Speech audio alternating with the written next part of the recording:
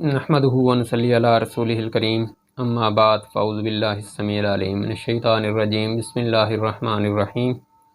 اللہم صلی علی محمد وعلی آل محمد وبارک وسلم۔ السلام علیکم ناظرین، میں ہوں حافظ محمد حسن رضا ایڈوکیٹ اور آپ دیکھ رہے ہیں لیگل ہیلپ ود حافظ محمد حسن رضا۔ ہمارا موضوع چل رہا ہے حق انفقاق، فق الرہن پر، حق واگزاری، جس میں ہم نے پیچھے حق انفقاق جو ہے اس کی وضاحت کی تھی۔ آج ہم اس بات کے لیے موضوع بنا رہے ہیں کہ حق انفقاق کب اور کیسے پیدا ہوتا ہے، right of redemption when and how. اس کے لیے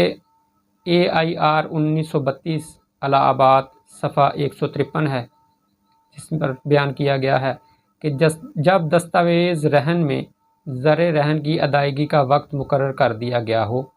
تو راہن کا حق انفقاق ایسی میعاد گزر جانے سے وجود میں آتا ہے، اس سے پہلے نہیں۔ یعنی کہ اگر ایک جائیداد کے لیے رہن قائم ہوا ہے، ایک جائیداد جو ہے وہ مرتہن کے حوالے کی گئی ہے اور اس پر وقت مقرر کیا گیا ہے 50 سال کا،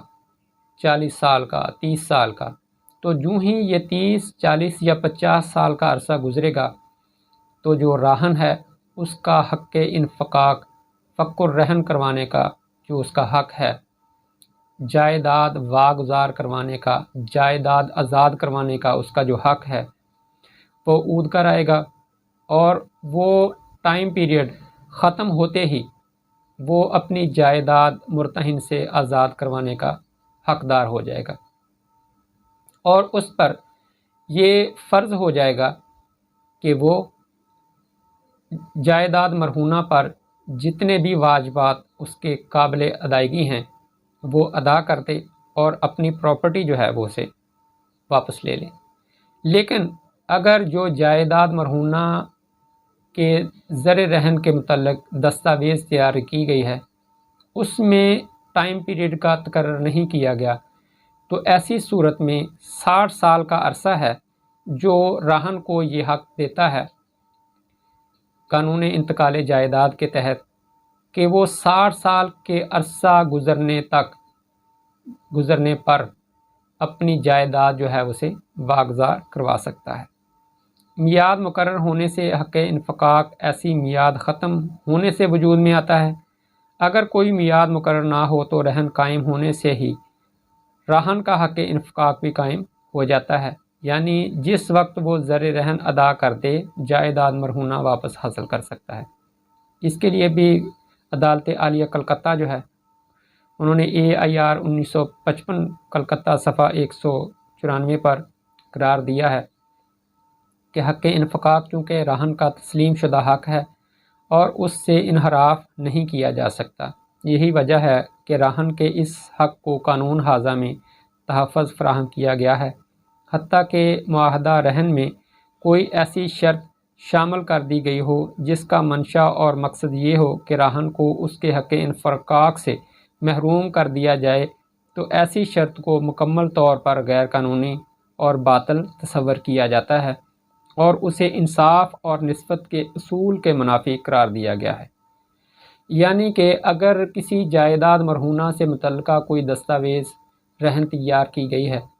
اور اس میں کوئی ٹائم پیریڈ مقرر نہیں کیا گیا تو اس میں 2 صورتیں ہیں۔ ایک تو یہ ہے کہ جو راہن ہے وہ جب چاہے فی الفور رقم ادا کر کے اپنی جائیداد جو ہے اسے فق کروا سکتا ہے، اور دوسری اس میں یہ صورتحال پیدا ہوتی ہے کہ 60 سال کے عرصہ تک جو راہن ہے وہ اگر زر رہن ادا کر دیتا ہے تو مرتہن جو ہے وہ اس بات کے لیے پابند ہے کہ وہ اس کا حق واگزاری تسلیم کرتے ہوئے پراپرٹی جو ہے اسے واپس منتقل کر دے۔ اس کے لیے عدالت عالیہ پشاور جو ہے اسی حقیقت کی وضاحت فرماتے ہوئے PLD 1971 پشاور صفحہ 28 پر وضاحت فرماتی ہے کہ بحث کا لب لباب یہ ہے کہ حق انفقاق مندرجہ ذیل صورتوں میں قائم ہوتا ہے۔ پہلی صورت یہ ہے کہ جب دستاویز رہن میں میعاد مقرر کر دی گئی ہو تو ایسی میعاد گزرنے پر حق انفقاق وجود میں آ جاتا ہے۔ جب میعاد مقرر نہ کی گئی ہو تو رہن قائم ہونے کے ساتھ ہی حق انفقاق بھی قائم ہو جاتا ہے اور اس پر کسی وقت بھی عمل ہو سکتا ہے۔ یعنی اگر تو ٹائم پیریڈ مقرر کیا گیا ہے تو جو ہی وہ ٹائم پیریڈ مکمل ہوگا تو فک الرہن کا حق جو ہے وہ شروع ہو جائے گا، لیکن اگر ٹائم پیریڈ مقرر نہیں کیا گیا تو جو ہی رہن قائم ہوتا ہے اس کے ساتھ ہی حق انفقاق بھی قائم ہو جاتا ہے، اور جو راہن ہے وہ جب چاہے زر رہن ادا کر کے جائیداد جو ہے اسے فک کروا سکتا ہے۔ اس میں جو حق رکھتا ہے شخص، حق انفقاق کے حقدار اشخاص ہیں، اس کے لیے بھی تھوڑا سا ہم بیان کرنا مناسب سمجھتے ہیں کہ قانون انتقال جائیداد کے تحت ایسا شخص یا ایسے اشخاص جو جائیداد مرہونہ میں مفاد رکھتے ہوں ان کو یہ حق حاصل ہے۔ راہن خود ایسا حق زیر کار لا سکتا ہے، راہن کے قانونی وارثان ایسا حق نافذ کرا سکتے ہیں۔ ایسا شخص جس نے مکمل طور پر یا جزوی طور پر زر رہن کی ادائیگی کی ذمہ داری قبول کی ہو یا عدالت کی اجازت سے ایک قرض خواہ بھی ایسا حق استعمال کر سکتا ہے۔ دفعہ 60 جو قانون انتقال جائیداد ہے اس کے تحت راہن کو یہ حق انفقاق حاصل ہے کہ وہ باقاعدہ ضابطہ کار کے تحت حاصل کیا ہوا اپنا حق جو ہے اسے استعمال کرے۔ سب سے پہلے ضروری ہے کہ راہن مرتہن کو اس امر کا نوٹس دے کہ وہ اپنا حق انفقاق زیر کار لانا چاہتا ہے۔ یہ عدالت کی مداخلت کے بغیر حق انفقاق ہوگا۔ اگر مرتہن انکار کرتا ہے یا ہیلہ سازی کرتا ہے تو مرتہن کو دوبارہ نوٹس دینا چاہیے۔ اگر پھر بھی مرتہن حق انفقاق تسلیم نہ کرے تو راہن جائیداد مرہونہ زرعی اراضی ہے تو اسسٹنٹ کلیکٹر کی عدالت میں دعویٰ دائر کر سکتا ہے، اور اگر جائیداد مرہونہ شہری جائیداد ہے تو عدالت دیوانی میں دعویٰ دائر کر سکتا ہے۔ یہاں پر ایک امر کی وضاحت جو ہے وہ بھی بیان کرتا چلوں کہ حق انفقاق پوری جائیداد مرہونہ کا ہونا چاہیے۔ راہن جائیداد اور مرہونہ کے کسی حصہ یا جزوی طور پر ایسا حق استعمال نہیں کر سکتا، البتہ اگر دو الگ الگ جائیدادیں جو ایک ہی راہن کی ملکیت ہوں اور علیحدہ علیحدہ زر رہن کے عوض ایک ہی مرتہن کے پاس رہن ہو تو راہن کسی ایک جائیداد کی واپسی کے لیے حق انفقاق زیر کار لا سکتا ہے۔ یعنی کہ ایک شخص جو ہے اس نے دو پراپرٹیز جو ہیں وہ سونپی ہیں اور زر رہن حاصل کیا ہے، تو اب اگر وہ چاہے تو ایک پراپرٹی کی حد تک زر رہن ادا کر کے وہ اپنا حق انفقاق استعمال میں لا سکتا ہے، اور اگر اس نے دونوں پراپرٹیز ایک ہی رہن کے تحت دی ہیں تو ایسی صورت میں وہ جزوی طور پر پراپرٹی جو ہے وہ انفقاق کروانے کا حق اپنا استعمال نہیں کر سکتا۔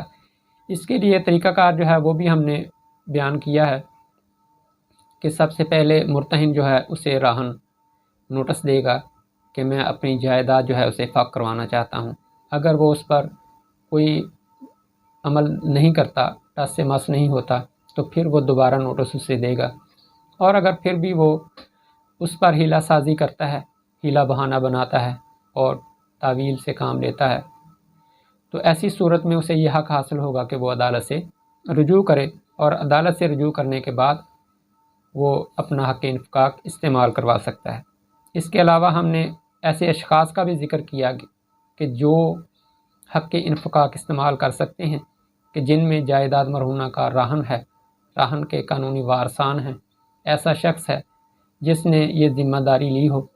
کہ میں زر رہن جو ہے وہ ادا کروں گا، یا ایسا شخص کہ جس نے قرض لینا ہو اور وہ عدالت سے اس بات پر رجوع کرے کہ فلاں جائیداد جو ہے وہ سیل کر کے میرا قرض جو ہے وہ واپس دلوایا جائے، تو ایسی صورت میں جائیداد مرہونہ جو ہے ایسے شخص کے حق میں